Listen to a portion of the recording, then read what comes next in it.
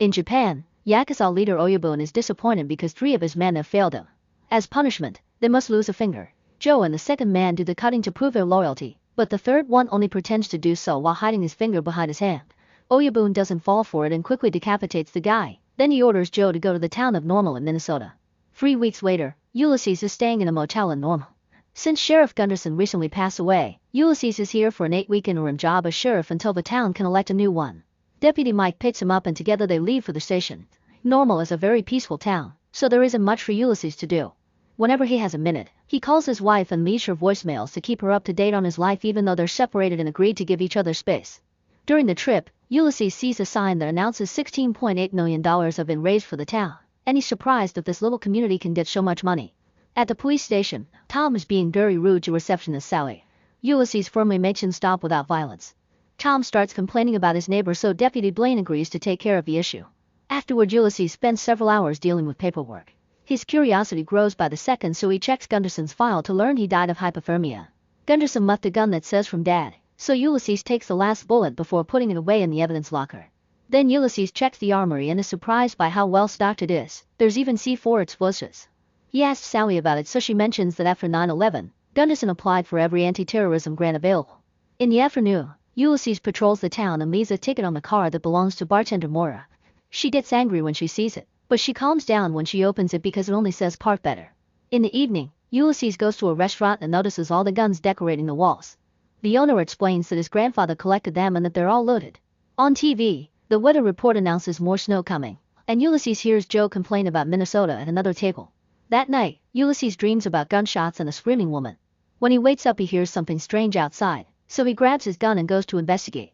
There are several red stains on the snow, and Ulysses follows them until he discovers that a moose accidentally spilled red paint because the can is stuck on its antlers. Sometime later, Ulysses and Mike go to the hardware store, where the owner Maynard is arguing with a client over prices.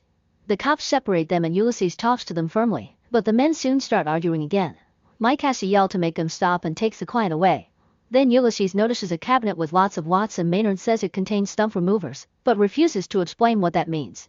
At that moment, Mary Beth comes looking for Ulysses and drags him to her yarn shop to complain because the supplier sent her the wrong yarn.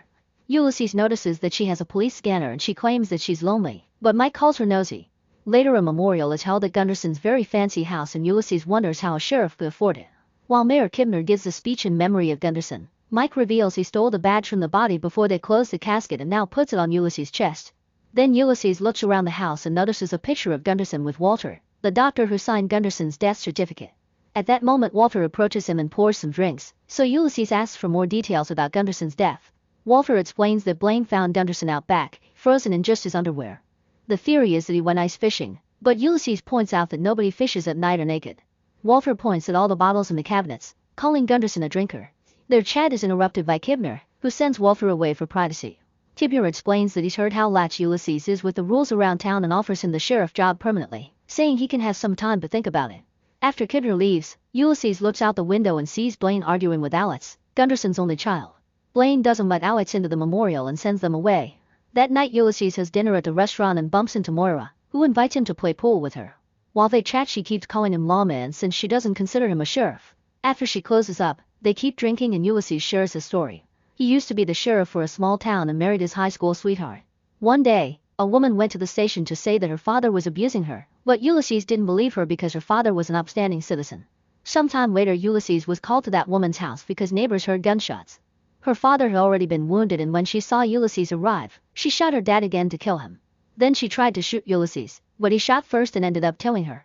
Although it was self-defense, Ulysses became a psychological mess after the incident, so his wife left him and hasn't picked up his calls since then. This incident is what haunts his dreams. The next morning, Ulysses wakes up to find a voicemail from Kibner, who insists he must become the sheriff. On his way out, he sees Lori struggling with the vending machine, so he offers his help. Lori hides her gun and introduces Ulysses to her dog. Ulysses continues to be friendly but notices someone in the back refusing to approach them. After another boring day of paperwork, Ulysses drives home but stops when he sees a van parked by the road. He finds Alex inside with a bottle of whiskey, so he rushes to sit next to them and notices that Alex is holding a gun. Ulysses takes a sip of their whiskey and asks about the argument with Blaine, so Alex explains that Kibner didn't want them in the memorial because they'd be a distraction. It turns out their father and many people in town started to discriminate them after they came out as non-binary. Alex says that this town used to know right from wrong before Kibner took over, and their father chose the town over his child. Ulysses grabs the gun and removes the bullet before taking Alex to the police station, where he puts them in a cell so they can have a warm bed for the night. The next day, an alarm starts wailing in the station and everyone is shocked because it comes from the bank. Meanwhile, Lori and her boyfriend Keith threaten the clients and workers until the manager puts all the money in a bag. Lori gets angry when she sees it's only around $2,000, and the clerk explains that nobody uses cash anymore. Keith wants to get more money from the vault and the clerk hesitates as he glances at the guards, who are Joe and his Yakuza friend. At that moment a client starts having a heart attack and grabs his medicine bottle from his pocket. Lori and Keith help him swallow the medicine, but the guy stops breathing. While Keith starts doing chest compressions, the guards secretly dial an emergency number. In Japan, Oyabun's men hear an alarm coming from a pager branded Normal, Minnesota. Suddenly Joe stabs Keith with a knife, so a furious Lori opens fire. A bullet wounds Keith's neck and another one hits a guard in the face, causing him to shoot Joe and send him flying into another room. Then Lori rushes to Keith's side and cries, but he assures her the bullet just nicked him and asks her to keep going. At that moment the cops arrive. The deputies are strangely nervous and Ulysses tells them to wait. While Ulysses walks to the door, Blaine gets a phone call telling him to do something. When Ulysses is about to open the door, Blaine and Mike open fire, which pushes Ulysses through the glass doors. Ulysses survives thanks to his vest and orders them to stop, but he's ignored so he has to fire back. Blaine and Mike waste a lot of bullets, yet Ulysses is a better shooter and only needs a few to blow Blaine's ear off. Then Ulysses starts moving, so Mike fires all over the place without caring if he kills civilians as well. Ulysses manages to make Lori and Keith move too, however when he picks up the sick man, he shot him ahead. When Ulysses and the thieves jump over the counter to hide, Mike finally stops shooting and the survivors run to leave the bag. Outside, Blaine gathers snow to protect his ear. Afterward Ulysses notices that the bank manager is still there and asks him to take them to the vault. When they finally open the vault, Ulysses and the robbers are shocked to see lots of gold, cash, and mysterious crates. The manager uses this distraction to run back to his desk and get his gun, however he trips over a body and the gun is accidentally triggered, killing him with a shot to the head. In the other room, Joe is slowly regaining consciousness because his vest also protected him. Meanwhile Mike tries to enter through the back door but he can't unlock it. Ulysses hears a noise and shoots the door, forcing Mike to leave. In the vault, Lori discovers that a bullet hit Keith in the back too. When Ulysses comes back, the three of them agree to work together to survive. At that moment the bank phone rings and Ulysses answers the call to hear Kibner, who is outside the bank with dozens of cops and armed civilians. At the same time the robbers open the crates and find dangerous weapons. Kibner tells Ulysses that many small towns have died off or descended into poverty. To prevent that, they struck a deal with the Yakuza, who need to move their illegal contraband through the USA. Normal gets paid for holding the contraband in their bag, keeping the town wealthy. Most of the town has agreed to the plan, and Kibner picked Ulysses as sheriff because of his reputation for not caring about anything. If the Yakuza discover that the bank was robbed, the whole town will be killed, so Ulysses must kill the robbers or die with them. Ulysses' answer is to hang up and check on the couple's discovery. While Kibner is distracted by the moose, power goes out in the whole town because of the storm. Suddenly a projectile comes out of the bank and hits Kibner, instantly blowing him up. It turns out Ulysses has fired a bazooka that the robbers found, but he admits his aim failed. Afterward the trio approaches the door and Ulysses shoots again, this time successfully blowing up the police cars. The cops start running and jumping to avoid the flames. Once the bazooka has no projectiles left, Ulysses, Lori, and Keith fire regular bullets and manage to run away. While the cops try to recover, Tom complains about the town only to be shot down by Joe. The storm has brought down all telephone lines so Joe hasn't been able to talk to Oyabun, who is now flying to Minnesota because he thinks his bag has been raided. In the middle of the street, a cop finds the trio. Ulysses sends the couple to hide while he gets stuck in a firefight. After a few shots, Ulysses manages to kill the guy. Meanwhile the robbers hide in the yarn store and Lori hears someone moving in the darkness. When Ulysses joins them, Mary Beth reveals herself and tries to be helpful. However, this is revealed to be an act when her radio gets a message asking her to stop the fugitives. Mary Beth gets a gun and opens fire, forcing Ulysses to hide behind the shelves. As a bullet destroys a door and the snow starts coming in, Mary Beth reloads and tries again. This time Lori shoots back, keeping her distracted while Ulysses kicks a shelf toward her. Once Mary Beth is stuck in the furniture, Lori tackles her and throws her over the counter. There's a hidden gun there so Mary Beth opens fire, but Lori grabs a needle and stabs her neck to kill her. After Ulysses wrapped Keith's wounds in tape, he says there's a snowplow at the police station, so the three of them leave the store to head there. The mailman sees them and opens fire, causing Ulysses to fall through the window of the hardware store. As the alarm starts ringing, Ulysses assures Lori and Keith that he's fine thanks to the vest and tells them to run. While the mailman chases after the couple, Ulysses is found by Maynard, who attacks him with a crowbar. Ulysses grabs a shovel to defend himself and a hand-to-hand fight ensues, breaking the sprinklers in the process. When Maynard is about to hit him with an axe, Ulysses sprays blood poison on his face to stop him and stabs his eye with a nail. Maynard runs to unlock his cabinet, but at that moment Ulysses hits him from the back and his head bounces on the cabinet, causing the nail to go all the way in and kill him. In the cabinet, Ulysses finds flares and dynamite. On the street, Lori and Keith haven't advanced too much because they keep hiding from their pursuer. When the mailman runs out of bullets, he rests behind a car to reload. Keith then reveals he stole a gold brick, which he uses to attack a guy. Lori tries to help him, and in the struggle, the mailman's gun breaks the lines holding a sign. Keith eventually disarms him, but the mailman still pushes Lori, hurting her shoulder.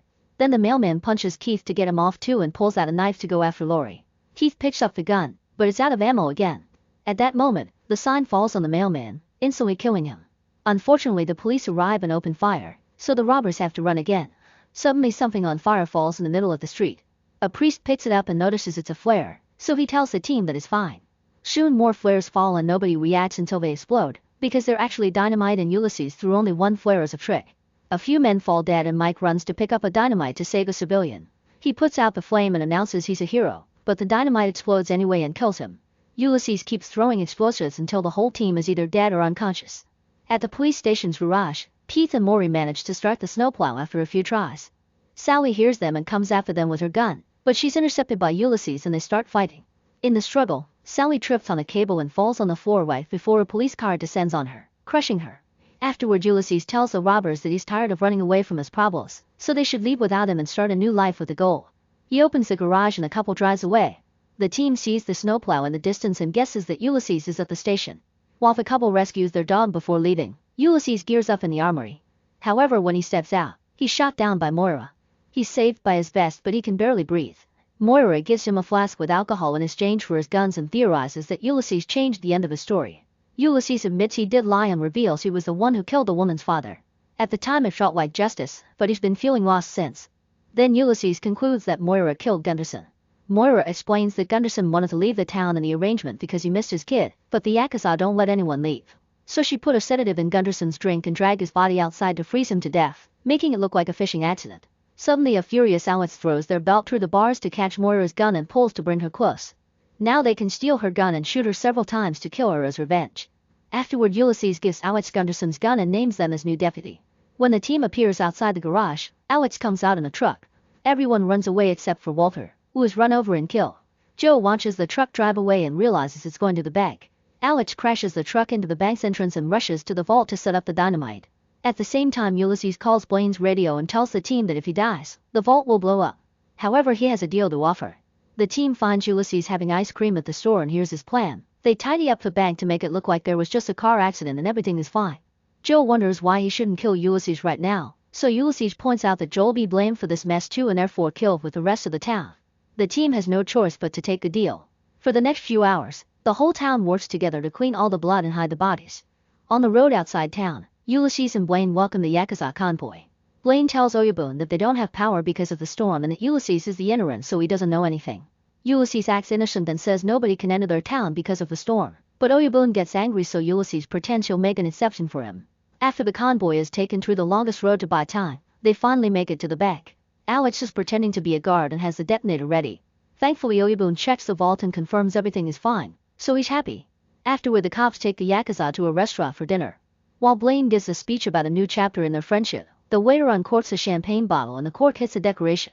When it falls, it accidentally fires a gun that blows up Oyabun's head. The Yakuza immediately pull out their weapons for revenge and a firefight ensues in the restaurant. With chaos in every corner, Joe shoots Blaine in the shoulder. When he's about to kill him, Ulysses pushes him and they keep fighting in the kitchen. Using food and kitchen utensils, they hit each other several times and Joe stabs Ulysses in the stomach. Ulysses responds by breaking his hand before stabbing him in the neck to finally kill him. In the restaurant, Alex finds a decent hiding spot and provides backup while everyone keeps shooting each other.